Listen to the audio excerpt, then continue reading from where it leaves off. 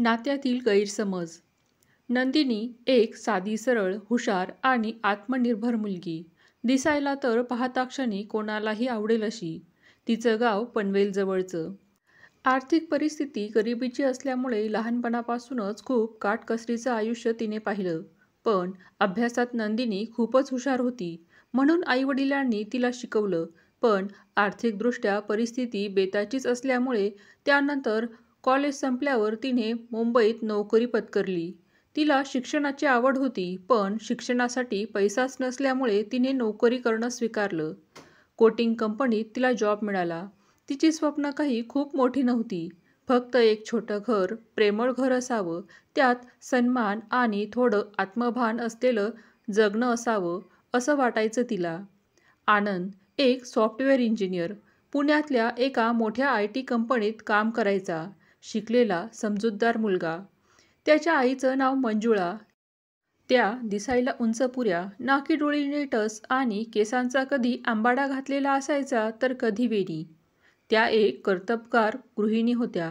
पारंपरिक विचारसरणी असलेल्या मंजुळाताई शिक्षित आणि आत्मसन्मानी महिला होत्या. त्या स्वतःला आजच्या काळातील आई मानत. पण अनेक गोष्टी अजूनही तिला तिच्या जुन्या पद्धतीनेच हव्या असतात. घर शिस्तीत हवं. कोणताही वेंधळेपणा त्या खपून घेत नसत. स्वयंपाक तर अगदी वेळेत लागायचा. कामात केलेली कुचराई त्यांना आवडत नसायची आणि प्रत्येक गोष्टीला एक विशिष्ट पद्धत असायची. आनंद आणि नंदिनीचं लग्न रीतसर कांद्या पोह्यांचा कार्यक्रम करून 2 वर्षांपूर्वीच झालं. सुरुवातीचे काही महिने खूप छान गेले. हळूहळू वेगवेगळ्या स्वभावामुळे, दृष्टिकोनामुळे आणि संवादाच्या कमतरतेमुळे गैरसमज वाढू लागले. खरं म्हणजे चूक दोघींचीही नव्हती. लग्न झाल्यावर नंदिनी आनंदच्या घरी पुण्यात आली. नवीन घर, नवीन माणसं, सगळं काही नवीन होतं. पण तिने मनापासून घरात मिसळायचा प्रयत्न केला.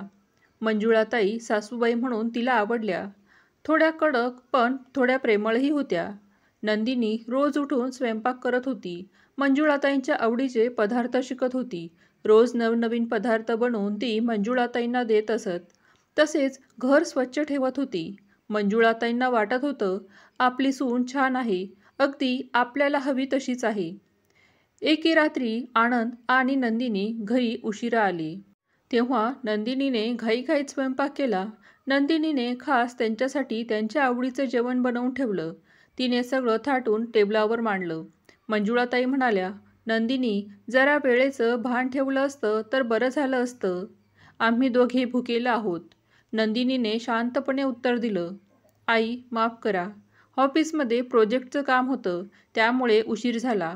पुढच्या वेळेस जरा आधी सूचना देईल. फोन करून आधीच कळवेन. तो संवाद छोटा होता, पण दोघींच्या मनात काहीच राहिलं. मंजुळाताईंना वाटलं, सून काही गोष्टी गांभीर्याने घेत नाही आणि नंदिनीला वाटलं आईने एकदा तरी विचारून समजून घ्यायला हवं होतं. मंजुळाताईला वाटत होतं, सून म्हणजे घरची लक्ष्मी असते. ती घरातली कामं, स्वयंपाक, पाहुणे, कपडे सगळं काही व्यवस्थित पाहिलं पाहिजे तिने. आणि त्याचवेळी सासू म्हणून आपल्यालाही आदर मिळायला हवा. नंदिनीला वाटत होतं, मी घरात सगळं करत आहे, पण मी ऑफिसचं कामही पाहते. सोशल मीडियावर मैत्रिणींबरोबर बोलणं हे माझ्या आयुष्याचा एक भाग आहे. घरच्यांनी ते समजून घ्यायला हवं. एक दिवस नंदिनी उशिरा ऑफिसमधून आली आणि स्वयंपाक करण्याऐवजी तिने रेस्टॉरंटमधून जेवण ऑर्डर केलं. मंजुळाताईला ते अजिबात आवडलं नाही. तिने रागाने विचारलं, घरात खाल्लं नाहीस तरीही चालेल. बाहेरचं हॉटेलचंच खात जाऊ. त्या थोड्या उपरोधिकच बोलल्या. रोजचंच बाहेरचं खाणं म्हणजे काय? नंदिनीला ऑफिसमध्ये जास्त काम असल्यामुळे ती प्रचंड थकली होती आणि ती थोडी थकल्यासारखी म्हणाली, आई, ऑफिसचं काम खूप झालं आज. ऑफिसमध्ये ऑडिट चालू असल्यामुळे आरामच मिळत नाही. थोडा आराम हवा होता आणि तुम्हाला भूकही लागली असेल म्हणून मागवलं बाहेरून. तिचा हेतू चांगला होता. मंजुळाताईंनाही तिच्या भावना कळत होत्या. मग त्या थोड्या नरमाईने पण त्रासिकपणे म्हणाल्या, बघ बाळा, घरातल्या जबाबदाऱ्या असतात. थकूनही त्या निभावल्या पाहिजेत. असं वाटायला लागलं, सासूला सून थकते हे समजतच नाही आणि सून सासूच्या अपेक्षा समजून घेत नाही. सगळ्या गोष्टींचं एक ॲक्युम्युलेशन होतं. लहान-सहान प्रसंगामुळे नात्यात कडवटपणा येतो आणि संवाद संपुष्टात येतात आणि मनातल्या भावना मनातच राहतात. या सगळ्यांमुळे दोघींचं नातं कठीण वाटायला लागतं. नंदिनीने केलेलं एखादं काम मंजुळाताईंना आवडलं नसलं की त्या कुरकुर करत असे. हे नेहमीचंच झालं म्हणून नंदिनीही त्याकडे दुर्लक्ष करायची. यात आनंदही मध्येच अडकलेला. एकीकडे आई, एकीकडे बायको. आईची बाजू घेतल्यास बायकोला वाईट वाटणार आणि बायकोची बाजू घेतल्यास आईला वाईट वाटणार. पण तो शांत स्वभावाचा होता. दोघांनाही खुश ठेवण्याचा प्रयत्न करत होता. एक दिवस मंजुळाताईने रात्री नंदिनीला सहज विचारलं, "नंदिनी, उद्याचं जेवण काय करशील?" नंदिनी थोडी चिडून म्हणाली, "आई, रोज मला एकटीला सगळं बघावं लागतं. थोडं तुम्ही पण सांभाळाल का?" "नाही म्हणजे मी या घरात येण्याच्या आधी तुम्ही सर्व करत होतात की." या वाक्याने मंजुळाताई दुखावली. तिला वाटलं सून सासूवर काम टाकते. त्यानंतर 3-4 दिवस दोघी एकमेकींशी फारशा बोलल्या नाहीत. घरात थोडं तणावाचं वातावरण निर्माण झालं. आनंदला घरातील हे असे वातावरण सहन होत नव्हते. म्हणून त्याने ठरवलं. एके दिवशी संध्याकाळी दोघींना एकत्र बसवलं आणि तो म्हणाला, "आई, नंदिनी, आपण थोडा मोकळा संवाद करूया ना? कुणाचं काय चुकतंय ते नको बघू. पण काय वाटतंय, काय अडचण आहे ते सांगूया." मंजुळाताई म्हणाली, "मला फक्त घर व्यवस्थित हवं असतं आणि आदर तो मिळालाच पाहिजे. मला उलटून बोललेलं अजिबात खपणार नाही." नंदिनी शांतपणे म्हणाली, "आई, मला तुमचा आदर आहे, पण मी सुद्धा एक माणूस आहे. ऑफिस, घर सर्व काही करताना थकते. तुमचं प्रेम आणि समजून घेणं हेच मला हवंय. मलाही मनातून वाटतंय की माहेरी असल्यावर आई ज्याप्रमाणे मला समजून घ्यायची त्याचप्रमाणे इथेही तुम्ही माझी आई म्हणून मला समजून घ्यावं." तेव्हा मंजुळाताईंच्या डोळ्यातून अश्रू आले. खरं म्हणजे त्यांनाही असं ताठरपणे घरात वावरणं आवडतच नव्हतं. त्या दिवशी दोघीही रडल्या आणि नंतर एकमेकींना मिठी मारली.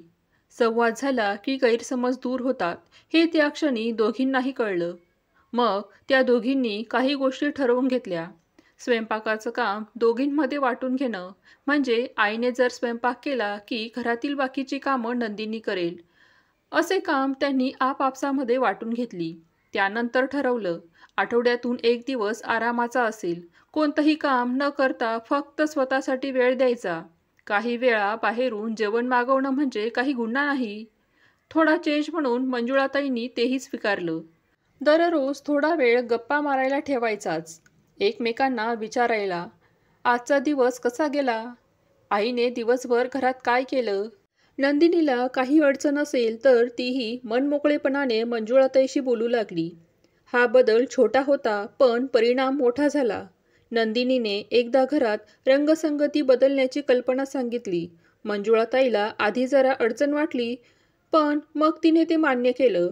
"ठीक आहे, घर सगळ्यांचंच असतं, निर्णयही सगळे मिळून घेऊ." एकदा नंदिनी ऑफिसमधून आल्यावर खूप दमली होती. 5 मिनिटं आराम करू असं म्हणत ती तशीच झोपून गेली. तेव्हा मंजुळाताईने स्वतः स्वयंपाक केला. नंदिनीला तासाभराने जाग आली. नंदिनी उठल्यावर तिला मंजुळाताई म्हणाल्या, "आज माझ्या हातचं जेवण चालेल ना? आज तुझ्या आवडीचा स्वयंपाक केलाय मी." नंदिनी डोळे पाणावून म्हणाली, "आई, आज खरंच घर वाटतंय, पण तुम्ही मला उठवलं का नाही?" "अगं, तुझ्या चेहऱ्यावरचा थकवा स्पष्ट दिसत होता मला, म्हणून म्हटलं झोपू द्यावं." अशाच प्रकारे मंजुळाताई नंदिनीला समजून घ्यायला लागल्या.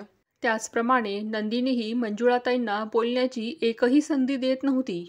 अगदी त्यांना हवं तसंच वागण्याचा तीही प्रयत्न करू लागली. मग काय, महिनाभरातच घरात मोकळं वातावरण निर्माण झालं.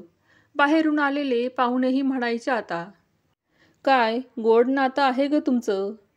तेव्हा नंदिनी आणि मंजुळाताई दोघेही हसून म्हणायच्या, "शिकतोय अजून."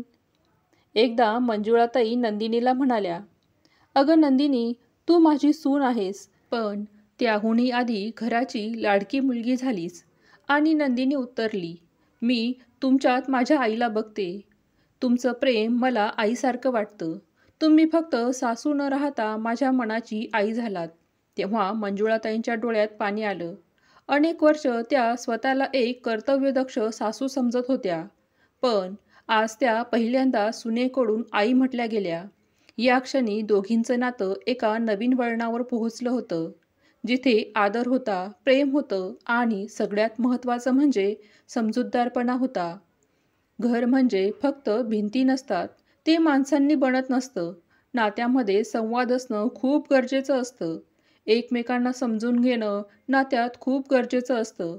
सासू आणि सून म्हणजे दोन वेगळ्या पिढी असतात, पण त्यांचं ध्येय एकच असतं, ते म्हणजे घर टिकवणं. नात्यातील गैरसमज टाळायचे असतील तर बोलणं आवश्यक आहे. मनातील मनात ठेवलं की नातं हे अडून बसतं. व्हिडिओमधील कथा आवडली असेल तर प्लीज लाईक करा, शेअर करा, सबस्क्राईब करा. धन्यवाद.